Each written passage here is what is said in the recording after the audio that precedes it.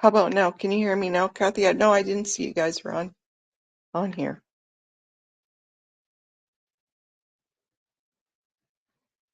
Can you hear now?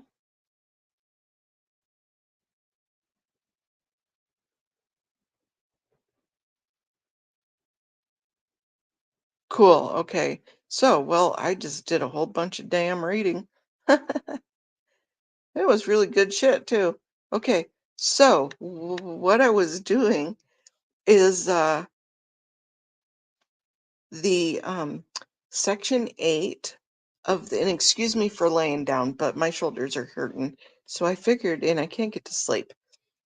But section 8 of these FBI files is this guy that was an insider.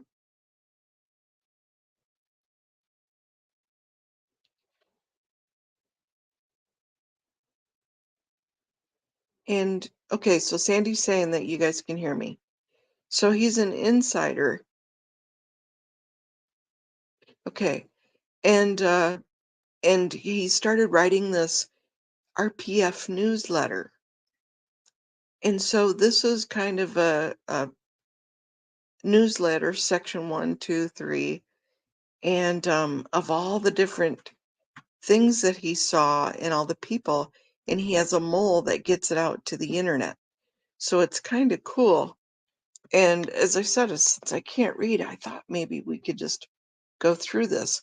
And I just read the whole first page that, but I'm going to go back to it.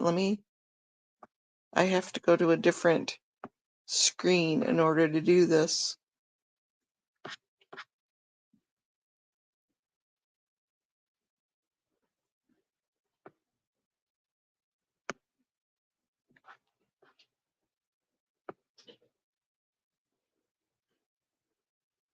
So here is, it starts in October 1, 2004. And I don't think he ever gives his name or her name, because it could be either, really. And let me come back. Can you see my screen? Kathy or Gwen or Sandy?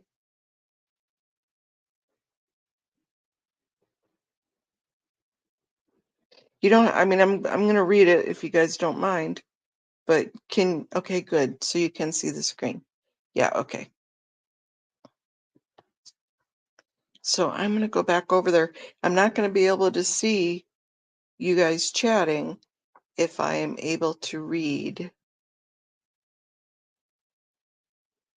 So I'll check after each page. And he says, hello, everybody out there in the real world. I'm here at the PAC,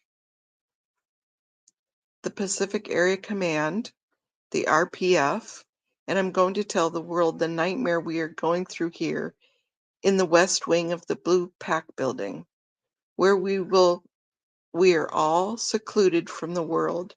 Come by and look at the windows on the second floor of Catalina Street.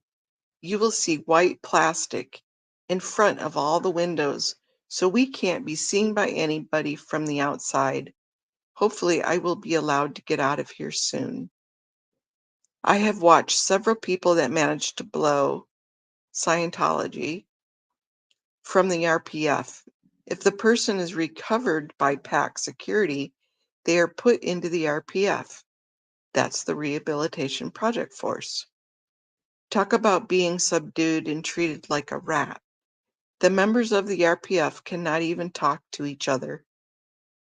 The punishment for the others in the group when someone blows is horrific. The security is increased from having one buddy watching you all the time to two persons being with you all the time. When you are in the basement painting or doing some work off the new crew lines, you have to go to the bathroom. The other two persons have to come with you and watch you and each other waiting outside the can until you are done. Can you imagine how ridiculous it is? You can't even go and take a dump in peace.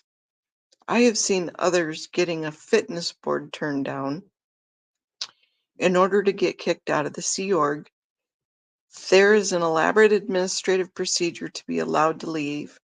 One must have a severance pay of tiny $500 to be allowed to leave. Can you believe it? After all those years of trustworthy service to the Sea Org, you get $500 and kicked out onto the street?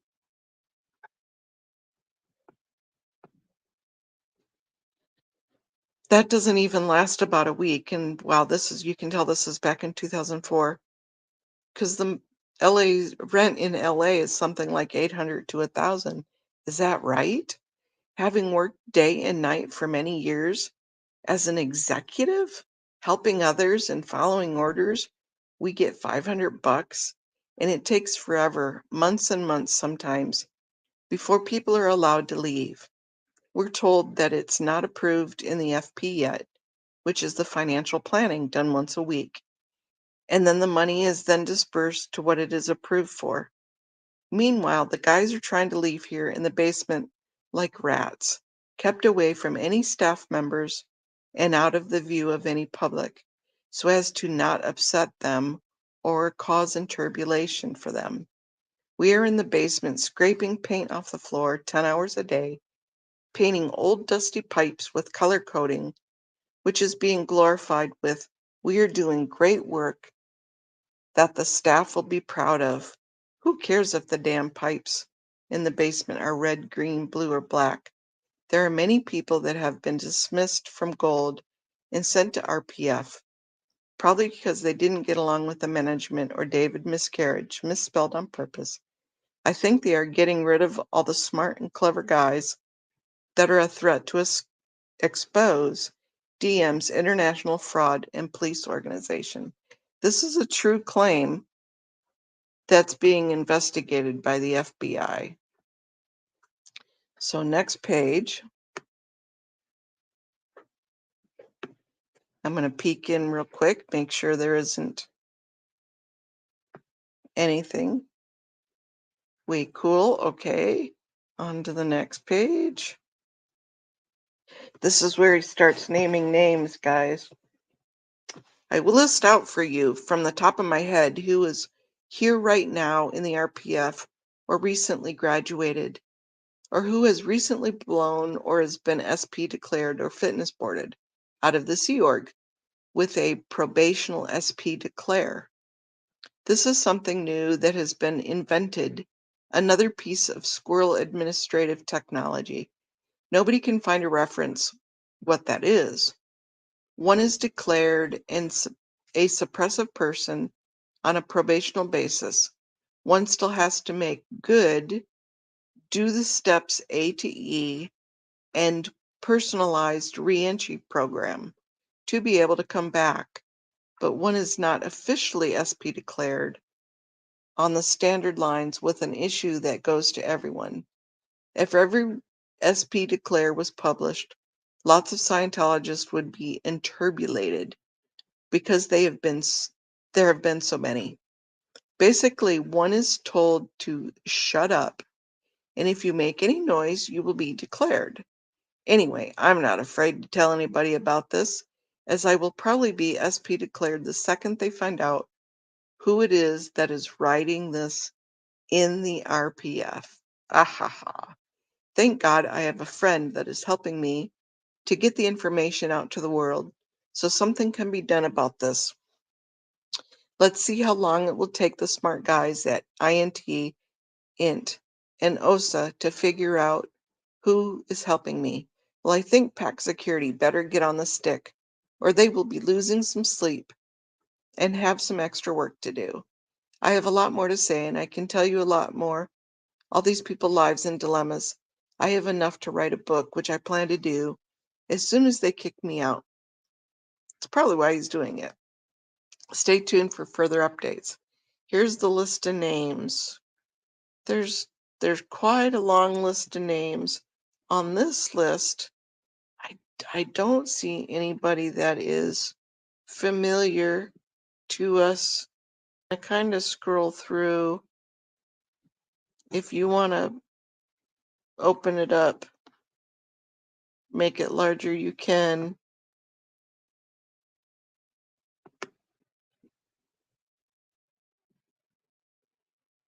I don't see a Ferris or an Anderson. I see a Fraser. That name sounds really familiar. I see a Gomez and a Garth.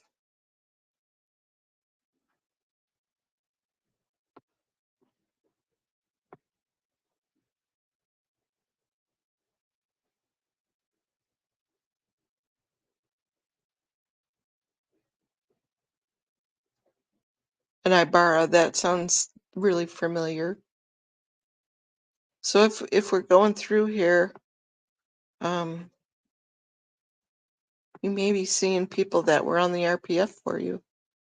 I don't see a Nora on here, and I thought she was on the RPF right around this time.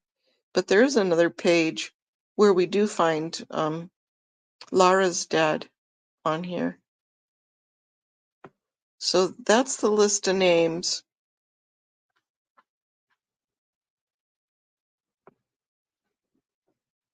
Just double checking.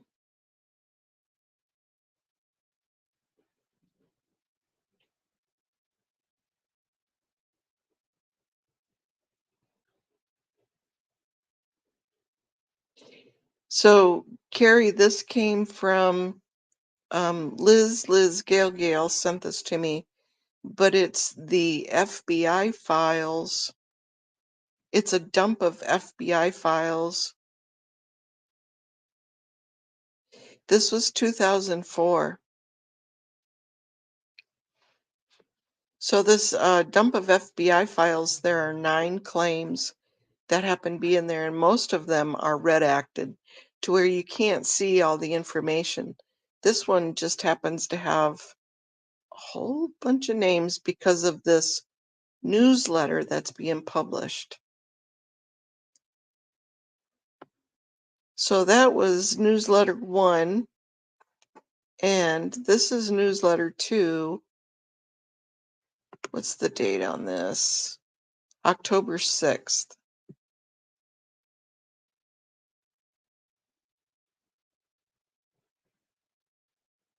So as I was telling you earlier, there's a total frantic control of all the RPF members. We are not allowed to be seen by anybody, public or staff. This is kind of getting to this tunnel stuff, you guys. This is supposedly upsetting the regular staff so much on their jobs that we are being secluded from the world. I think they are doing a pretty good job at it because I'm sure that you don't see about 170 people running around in gray t-shirts, do you? Gray t-shirts are, by the way, our uniform. We are hidden in the west wing of the building and in the basement. We are also working on top of the building that is called the Old Services Building. This is a secluded space where noise from the air conditioners drowned out any sounds of our work of sanding wood or other construction projects. This is the building where the crew laundry is and the one next to the motor pool gate. Excuse me just for a second. There's an ongoing project that has been worked on for years now, consisting of moving the RPF spaces to one location. We spend a lot of time renovating rooms and moving personal belongings around. For over 10 years, the RPF used to be located on the second floor of the Lebanon Hall building. That, if I remember right, is where the Lion is, which is right in the middle of the complex. The RPF crew grew in such number that there was no place to berth everybody, and the living conditions were getting just too crowded. The RPF has been very busy moving rooms from one building to another, full offices of equipment, beds, and everything. We are now all out of the Leb Hall since a bit less than a year and are now all in the main building west wing. One of the reasons we had to move everybody over to the other side was because we were running into crew all the time, as the main path is just outside the main dining room. This apparently upset them and distracted them so much from their daily routines that we had to be segregated with force. In order to implement this fully, we had locks installed on emergency doors that go out to the roof between the buildings, and we have to travel on that route not to be seen. How screwed up is this? Only certain people have the keys, and we cannot even go back and forth between the buildings without someone coming with us to totally control that we don't meet any other crew members. Boy, this is kind of reminiscent of the van that drives them back and forth. I'm not too sure that's RPFers because they say they don't have the RPF anymore, but it certainly is the Sea Org members and staff. This project has now coming to its last stage where the confidential OT course room is getting moved also, as the students running back and forth are creating so much traffic that the OT3 and OT5 course rooms have to move. This is a big evolution as the OT materials have to be kept in a safe and be checked daily by the security guards. The place has alarms, and one cannot come in or out without a key and a magnetic security card. Only OTs are allowed to access this area. The evolution is slowed down, however, as there are quite some material costs involved, and the new security system and location has to be fully approved by RTC, the top police organization of the Scientology. The paper mill of approvals of such big changes takes forever. The Scientology bureaucracy is worse than the government. Wait. We even started to move and build the new course room, and we came to a dead halt as we jumped the gun. It wasn't approved yet.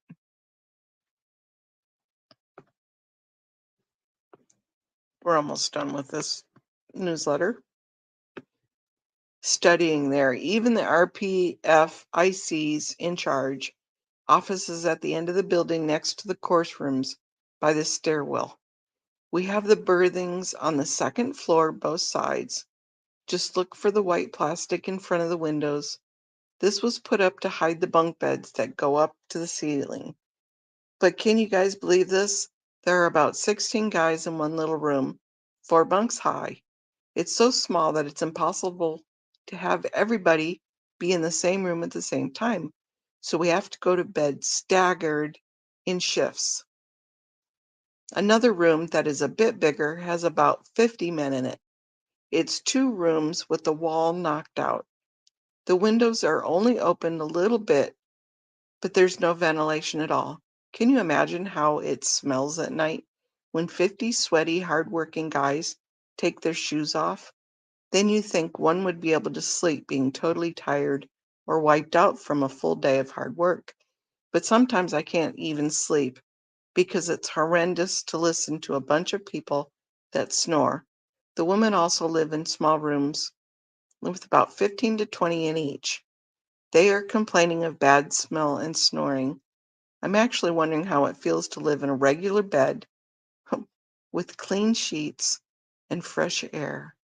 After all these years, hopefully soon I will be able to experience a real life. By the way, if somebody could arrange to have the health department come and inspect this area, maybe something could be done about this terrible living situation. It's hard to believe that we have an invisible prison right in the middle of LA, a bunch of sardines packed together in terrible living conditions. If the city would inspect this area, I think they would close it down. It certainly is not humane, let alone religious. Oh, there's a thought, huh? I'm going to switch to the next page, and then I'm going to check.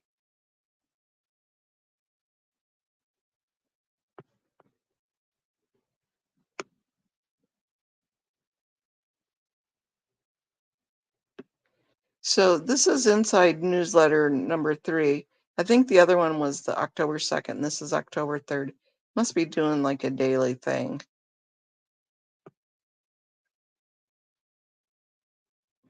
Yeah, definitely a dude.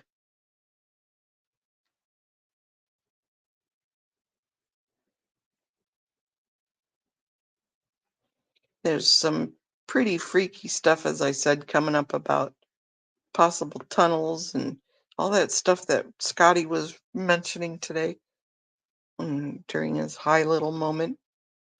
I'm not sure reaction I'm creating out there, and if thus this stuff is actually making any difference on anybody, or if this is even making it onto the internet. I will, however, take advantage of this weak link in the security system for as long as I can to let everybody know what it's like here in the RPF. Isn't it terrible to have an enemy in your own camp? Let's see how long it will take OSA, CMO, Incom, and PAC security to figure out who my friend helping me is. I wonder if he ever says who the friend is. Excuse me, I got itchy nose. For those who don't know what those abbreviations stand for, OSA, Office of Special Affairs, their international headquarters are located on 6331 Hollywood Boulevard on one of the top floors. This is the police branch of Scientology who are frantically trying to stop the real facts that should be known about what is happening in Scientology. Ironically, a lot of OSA staff here have been showing up in the RPF lately. CMO, the Commodore's Messengers Organization, usually teenage Sea Org, in which that's what we've heard from Nora and Liz and everybody also.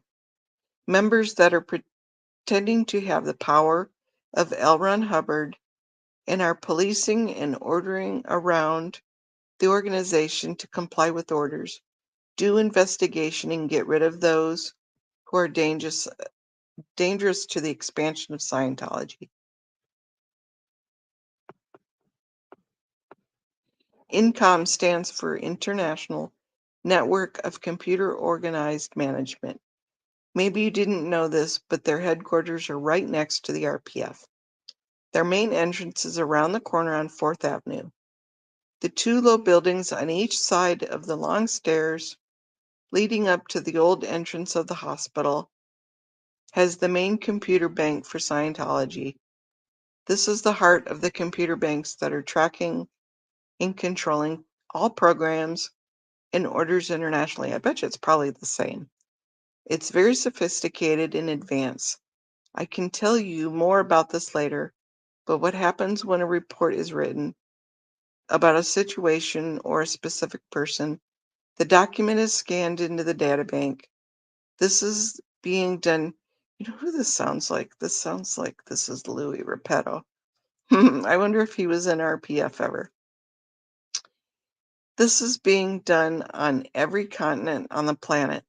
Then the management sitting in Hollywood can pull up any of these documents on their screens and find out data about any person, their post, what we call their duty and job, and any non-compliance to orders. This data bank is tracking all information and creating floods of ethic chits on everyone. I wanted to tell you what happened when you enter the pack base. You are on candid camera. I'm sure you have noticed there are cameras in the area, but do you really know how many there are? Hundreds. There are they are in the canteen, on L. Ron Hubbard Way, on the rooftops, posted all along the street by the parking structure. They're inside the AOLA, the Advanced Organization of Los Angeles, building in the ASHO, American Saint Hill Organization, building on every floor that has any important reason to be watched. Also in the basement in every hallway where we are working. This is because all the folders that are confidential from auditing or that have OT information in them have to be watched by PAC security.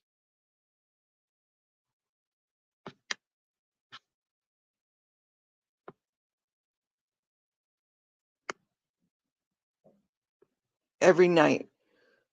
But what is really in there is a camera.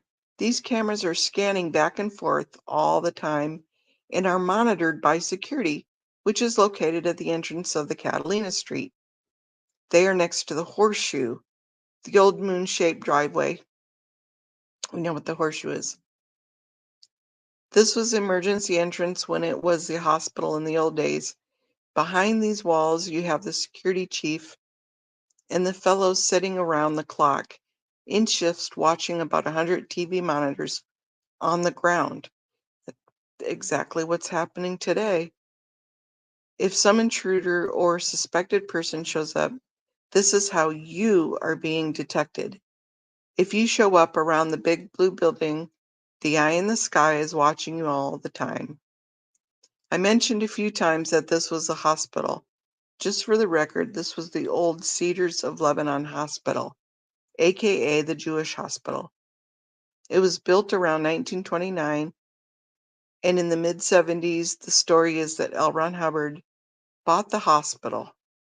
It was trashed and a mess, and we have been working on getting it fixed up and renovated since it was bought. Didn't Nora say that she was down there doing all the scraping and painting and all of that right around this time? Many RPF members have been through their programs there to get the building renovated and upgraded. I could write a book about the horror stories of the RPF members. One specific area is called Rats Alley. It speaks for itself. Members that, for one reason or another, had to be punished were thrown into a small space with rats all over the place, rotting and eating each other. Alongside with those were thousands of cockroaches to clean it up.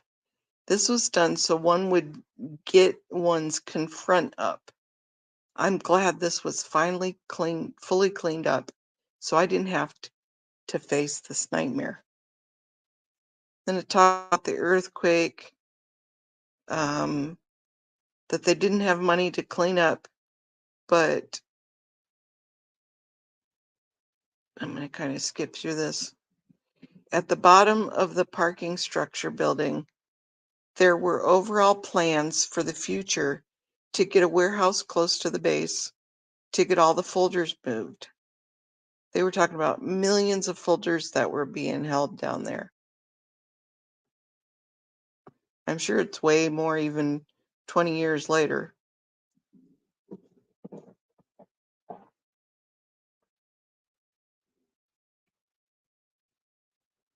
So that is that one.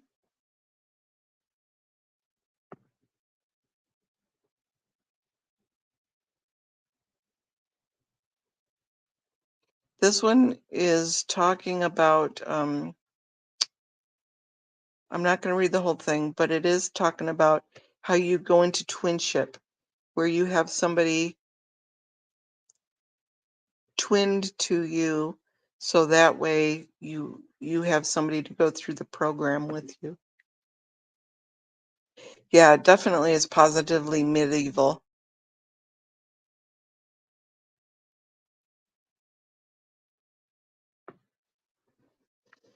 One example of this is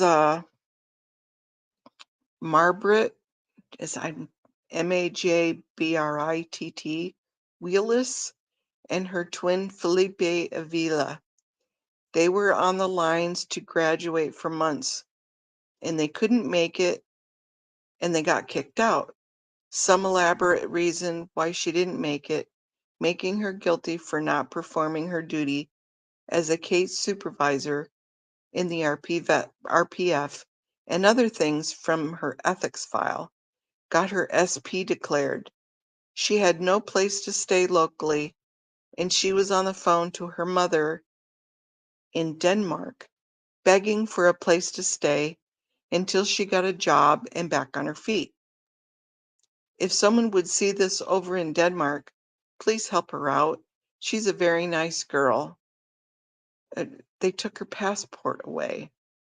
I was devastated to see what happened to her family life. Her husband, Alec Wheelis, graduated the RPF last year, and he was on a recruitment tour for the Superpower Project, I believe over in England.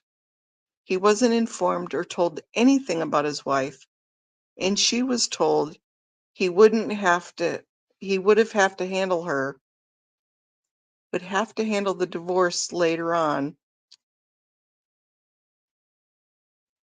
Alex's mother is here on the RPF also. Her name is Leslie Epstein. She worked at Gold for many years. Her husband, John Epstein, is also here, and they had to witness their own son's wife being SP declared and kicked out, never to be seen again.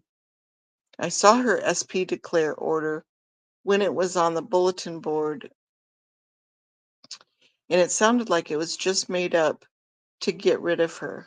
Her twin, Felipe, did not officially SP declared, but only probationally SP declared, with no issue, but basically told to shut up or you will get SP declared. I saw a big smile and relief on his face when he was finally allowed to get out of here. Yeah, that's just, again, barbaric.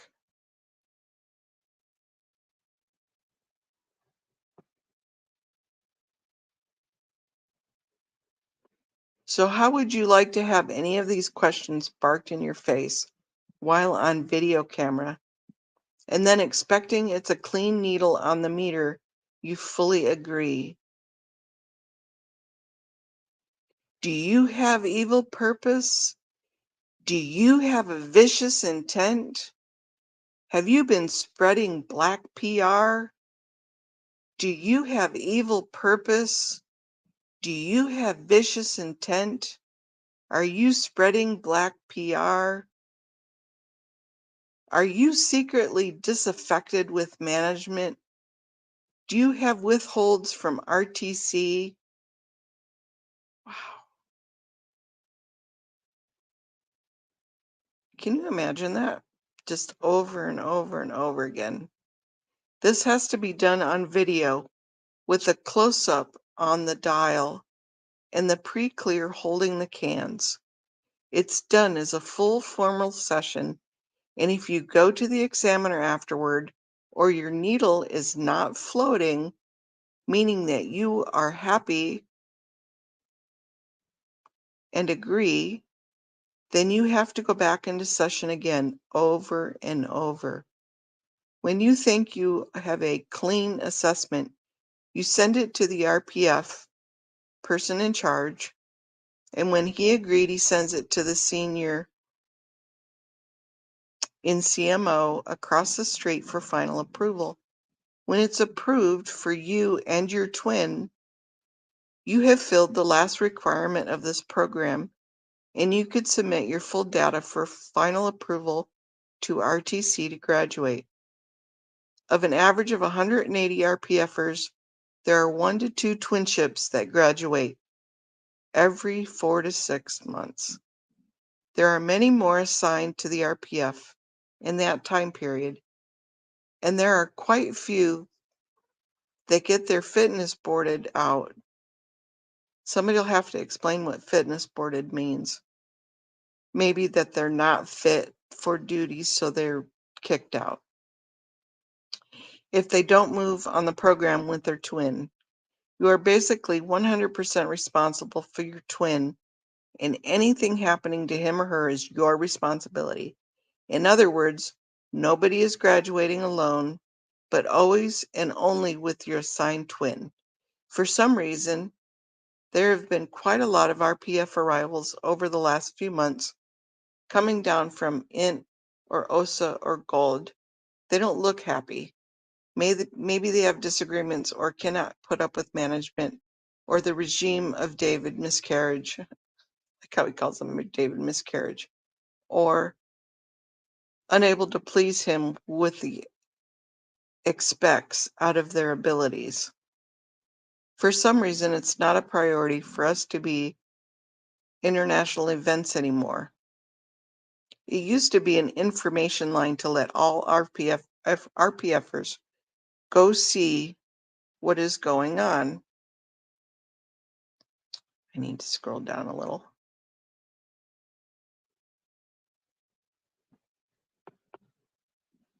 But not anymore. We were about to see the LRH birthday event in March this year. We were seated and ready to see it. Then RPF IC came in and canceled it. We had to go and clean our rooms and then go to bed. Maybe there was something on there that was not good for us to see. Usually the glorious birthday game is the highlight of the year. It covers all the big wins in international expansion. I'm really curious to find out why we couldn't see it. And I will, once I get out of here. Everyone assigned to the RPF has to sign a waiver saying that one is doing the program on his own volition for the purpose of getting oneself redeemed. No one is forced to do the RPF, and technically, people are not held here against their will. Yup. But nobody wants to be here. I believe that the majority are working hard on the program originally outlined by LRH on the ship Apollo.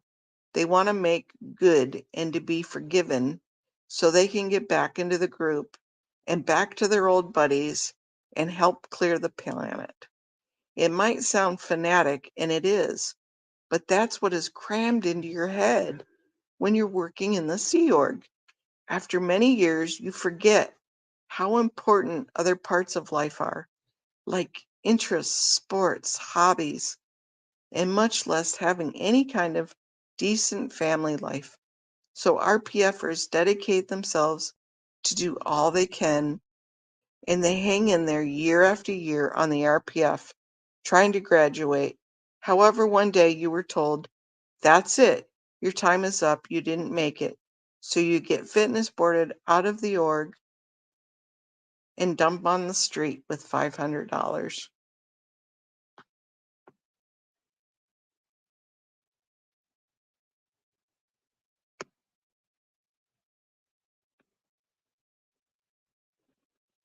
There's a totally different approach for someone who wants to leave. If you say you want to leave, this is called a blow. Then you get sec checked over and over and over, and not until several questions have been totally cleaned and you have a floating needle are you allowed to complete the rest of the steps to finally be able to go. I remember seeing Chuck Beatty on the line. I knew a Chuck Beatty.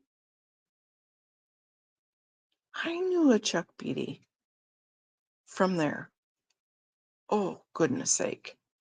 Almost on the line to route out of the Sea Org here in the RPF. He ended up having a personal baby watch for almost 1 year, under watch 24/7, and obviously he could not get those specific questions clean as he did not agree with many things. He was at gold or int for many years, and I believe he must have had a lot of information about many people of what happened up there, why they were so carefully trying to make sure that he would not turn on the church or management. I'm sure he disagreed with a lot of things, but for a full year, the lowest paying job anywhere, I would believe, is something like $7 an hour. He could have made $20,000 in a year flipping burgers at McDonald's. The pay in RPF is 25% of full pay, which is $50. So after the tax, you end up with $11.46 in your hand per week. That is barely enough to pay for hygiene supplies, much less coffee or cigarettes. Personally, I hope that I will live through this insanity while maintaining some sanity of my own until I get out in the real world to start all over again. Having no credit card, no ID, no driver's license or family, I will start over somehow. I'm sure I will find someone that agrees with what I am letting everybody know is my newsletters. Thank God that I have a friend very close by that can get this data out for me.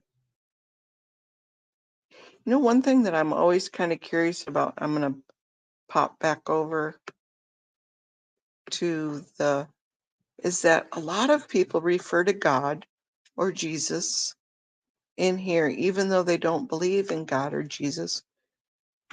Or maybe they do believe in God or Jesus and it just gets beat out of them. I know that's kind of a funny question, but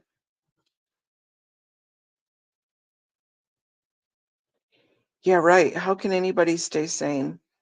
This is ridiculous. So this newsletter is a short one. We're almost getting to the Phil Anderson one. I told you about the cameras on base. And here's another hot tip. Do you know how to tell when David Miscavige is on the base? Well, it's easy to find out in the RPF because we are told we are not allowed to go to the Catalina Street. And he talks about how you can figure that out.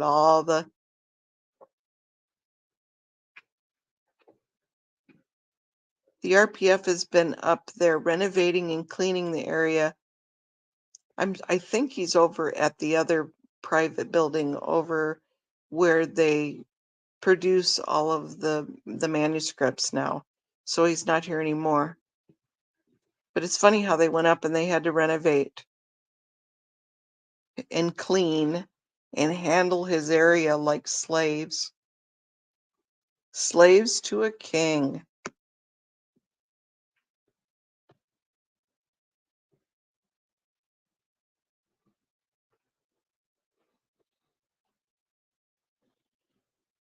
Hello again out there. You see what happens when you start the program. You have to turn in all your IDs, driver's license, passport, visas, credit cards, cash. My credit cards are probably expired anyway, and I can't get a new one, but I can get a new one. I can always figure out how to get some new valid ID. All RPFers' valuable documents are kept in a file cabinet, locked up so that you cannot take off with your own documents. You are also not allowed to have more than $20 in cash in your pocket. And if you manage to save up more instead of spending it in the canteen, you are supposed to turn it in for safekeeping.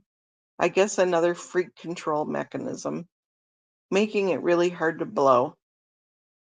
Thank God for the SPF Foundation. The SPF Foundation can help you blow. It can help you have emergency money. It can help you have a tie to workforce development centers and job centers and unemployment centers where you can have wraparound services provided for you so you can have emergency funds. What I wanted to say with this letter is something that I really have a lot of attention on for quite some time. Specifically, there are two RPFers that are really sick in need of professional medical care. I will take one at a time.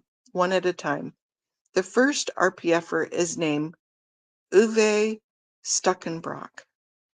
He arrived in the RPF here in the pack around 2001, but I believe he was on the RPF in Happy Valley before he came here. He is diagnosed with MS, multiple sclerosis, a disease that, from what I understand, there's no known cure. Over the last 3 years, I have watched, so this guy's been stuck here at the RPF for 3 years, at least. I have watched him getting worse and worse, though it seems he is getting some attention and care. When he arrived, he had a hard time walking by himself, and this has deteriorated to the point of needing full-time, around-the-clock assistance. He always has one or two other RPFers caring for him, as at this point he cannot even make it to the bathroom by himself. He cannot walk. All I know now is that he has to be taken around in a wheelchair. What I don't understand is that although he is being treated with a lot of natural foods and juices and vitamins and assists, he's getting worse and worse. He does go to the hospital sometimes with 2 people escorting him. He gets checkup at LA County Hospital or somewhere. And and folks, if this gets back to where somebody knew Uwe and this is triggering something, I'm sorry. I'm really sorry. Boy, this is just really horrible. He doesn't have any money, where the church is getting free service, so he goes to the hospital, the county hospital, on Medicare. I'm sure it was Medicaid, because RPFers simply don't have any money for medical bills. Not long ago, we had to prepare a separate room for him on the 2nd floor of the West Wing, next to the stairwell towards Catalina Street. He had been in the hospital and in critical condition. When he came back, he needed a cleaner, more private environment to recover. We spent several days gutting out a little closed-off room where the guy was living that I'm going to tell you about, Mike Eves. The space was filthy and outrageously dusty, like it hadn't been cleaned for months. We repainted the entire room, put up new curtains, and put in new carpet, new cabinets, etc. Uwe was living in a little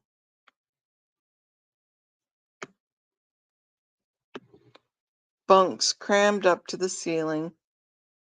It was decided that Uwe's condition was more critical than Mike's, so we were ordered to switch their places. Mike was recovering from a very critical operation for cancer and had one lung removed. Having watched the scene going on for years, it is obvious to me that these 2 guys will never make it out of the RPF alive. It's technically impossible, as you have to make someone else better, i.e. your twin, in order to graduate. These guys don't even have twins and are just fighting to stay alive. Come on. Uwe can't even get up to go to the bathroom. What in the hell is he doing in the RPF? He cannot be getting enough professional care and attention. It's inhumane to watch what's going on here.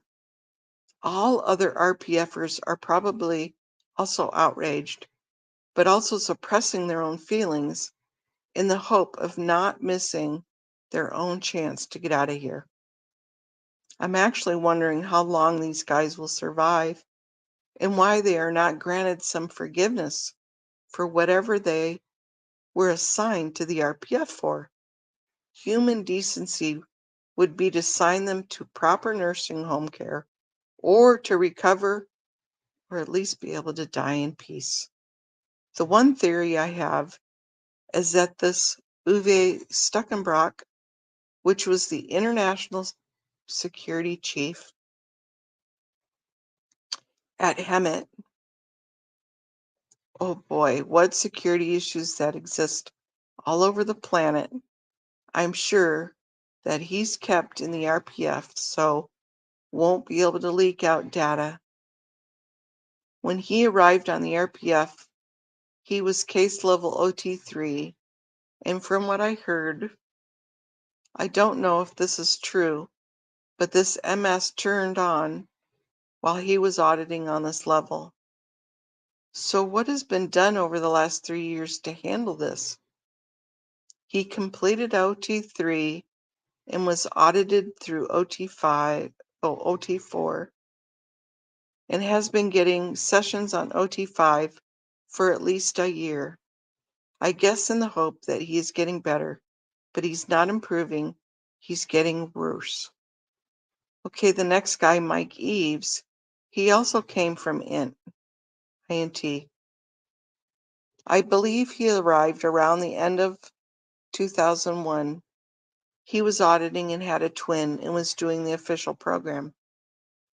I'm going to skip down a little bit. They also brought his wife, Sherry Eves. He was assigned, or she was assigned to take care of him, of course. And they brought their son, Paul Eves, also in the RPF. They were all with him at the hospital. I believe he was so critical that he might die, so he was allowed to be attended by his wife and son. Can you believe it? The entire family in the RPF under these conditions. Sherry graduated not long ago and went back to work at Bridge Publications. That's the name of where the David Miscavige's apartment is. She is responsible for the printing and publishing of the new.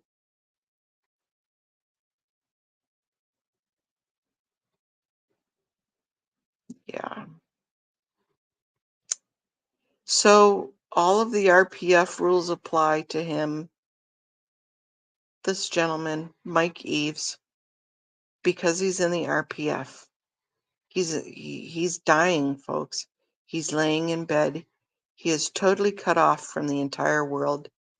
By the way, you cannot read any novels either. Only books written by LRH. He looks depressed and very unhappy.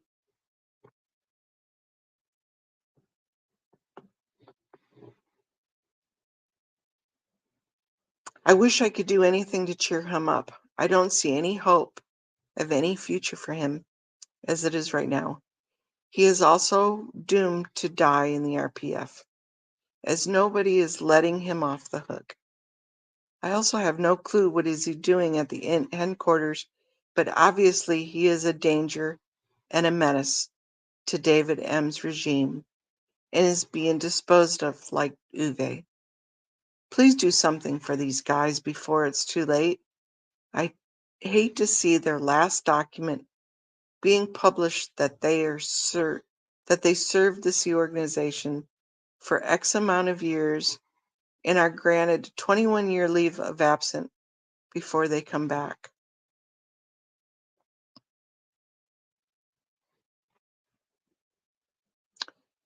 Yeah, I can't even read this, you guys.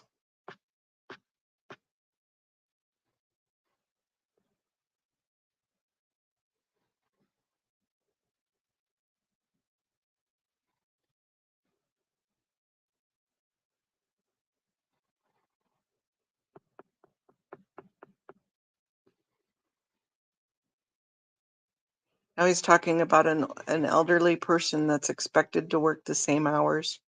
And we've seen that. We've seen these 70-year-old people pushing and pulling out on L. Ron Hubbard Way.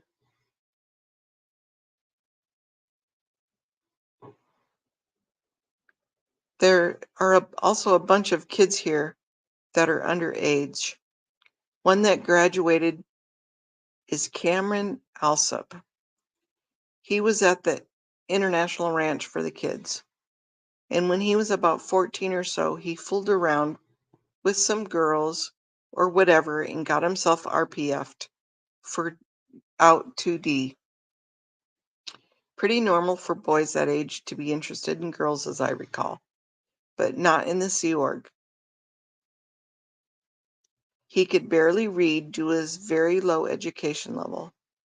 It took him 4 to 5 years to get through the program. He finally graduated with his twin, Eric Smith. Eric is back at CC International as a security guard, and Cameron is working at Ashodee. They are both about 18 or so now.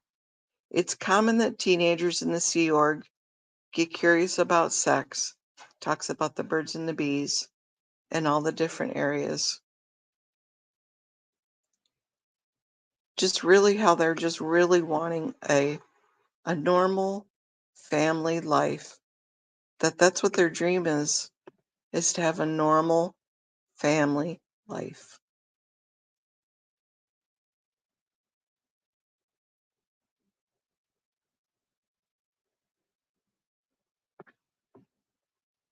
How are we doing, you guys?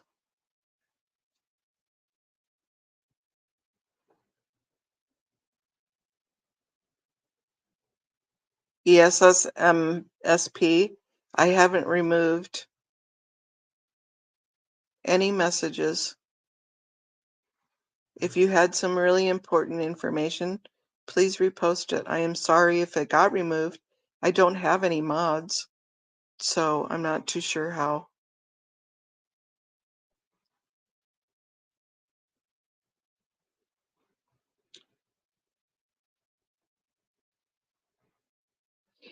Yeah, I'm okay. This is just I know we hear from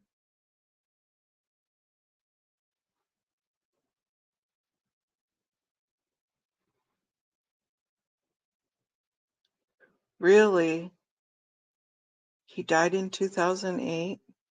So this was written in 2004.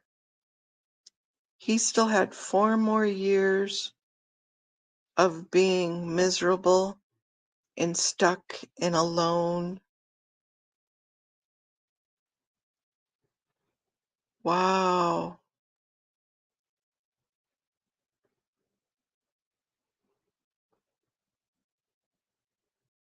Wow. That's so sad. I, wow.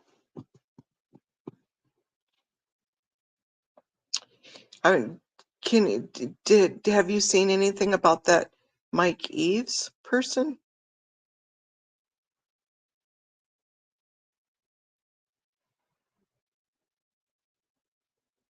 It is. It is so important. And this is right out of the FBI files from back in 2004.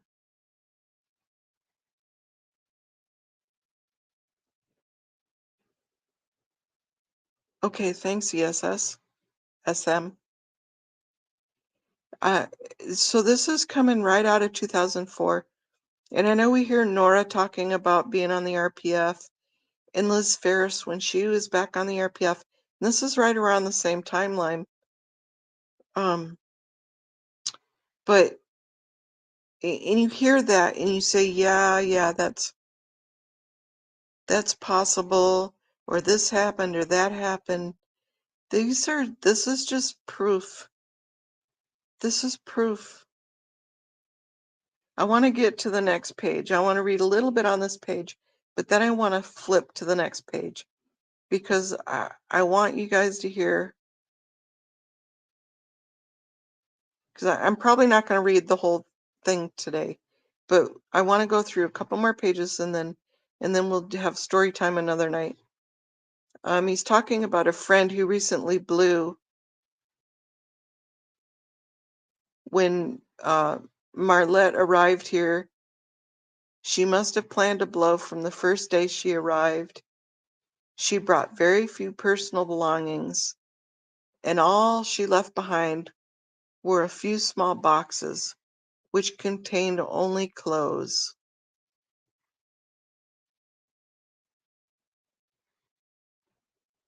Both Billy and Marietta are from Sweden, and maybe she went back home. When she was upline, she told me that she was from a city called Halmstad, and if she went to Sweden, she would probably be there, maybe with her parents. She was in the Sea Org for over 20 years and had no family in the US. I doubt that she had any non-Scientology friends. Just absolutely amazing. So I want to flip to the next page because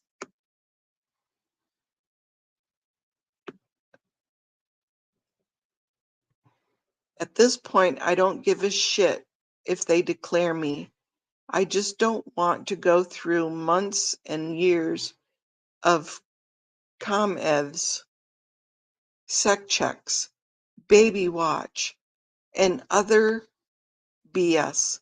I don't know how other RPFers feel because we are not allowed to talk about it. If you said a word to anyone, they would have to report you. Even if they didn't, you'd both get busted on the next sec check. And I can see that a lot of people are really taking this seriously and truly want to get back on post. But for some reason, nearly everyone is having trouble with this final assessment that I mentioned earlier in the newsletter. As most guys do have disagreements, etc., with int management, the way it's shoved back in our faces is you missed withholds on your twin earlier, or you are out tech on your twin. That's why it is you can't get clean assessment. Geez, I wonder what that is. Ha ha. Anyway, I sure hope Marietta is in good health, happy and busy creating a new life. If this message would ever reach her, let her know that I'm still her friend, and I look forward to the day when I will be able to catch up with her.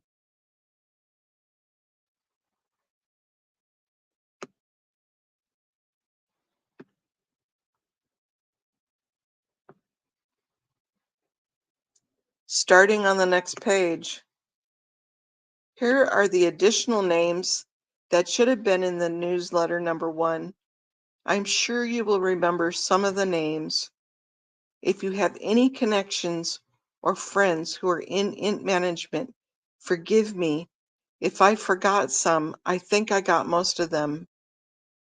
Second name on this list, guys, Phil Anderson. Oh my gosh, my heart just went right out. Laura, here's your daddy on this list. He's an exec from Gold over at Manufacturing and Delivery. Arrived in the RFP in 2004. He was posted earlier at the WDC pubs, part of RTC. I'm not going to read through all of these because there's a lot of people. I just saw Phil's name on here and it just broke my heart.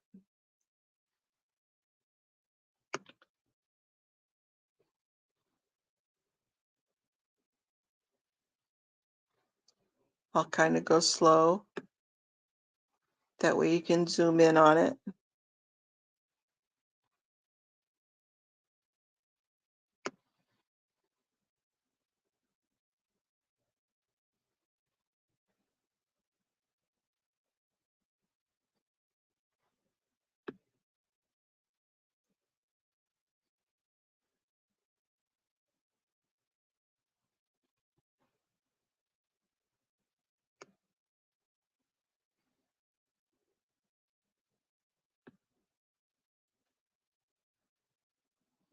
He talks a little bit about the family freeloading bill.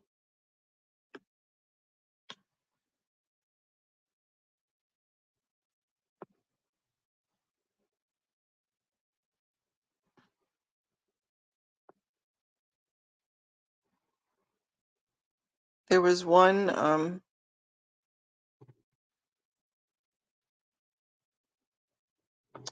going to stop there for, he was talking about Bernard Jean Ives from France. JY is who they refer him as. Arrived at the pack with 30 or 40 other int staff from Upline in early 2004. Prior to this, he had been assigned to the RPF at Gold. He was one of the technical guys on the HEM line for many years, the Hubbard e-meter manufacturing. He's an electronic genius and was responsible for all the e-meters that were turned out on the assembly line.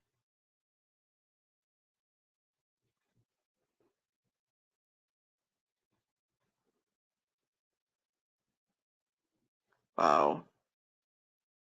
Okay, guys, I'm starting to finally get tired. It's about 1 o'clock in the morning here. What'd you think? SM, did you find anything? He died in 2009 from lung cancer. A decade on the RPF? No, no, no, no, no, no, no, no. This is just freaking wrong. Guys, my heart is melting.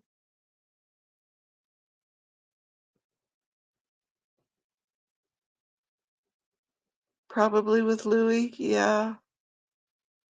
My heart is melting. Wow.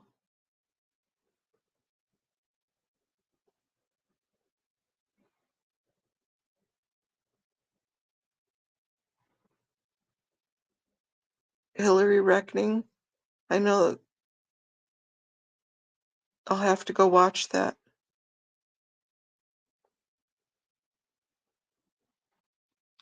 It does, it makes me sick. And I know it's getting late.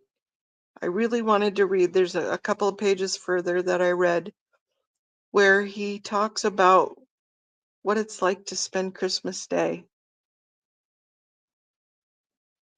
at the RPF.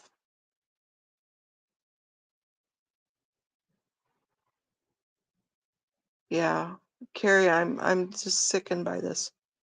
So I think I'm gonna close it down, you guys. Thanks for hanging out with me.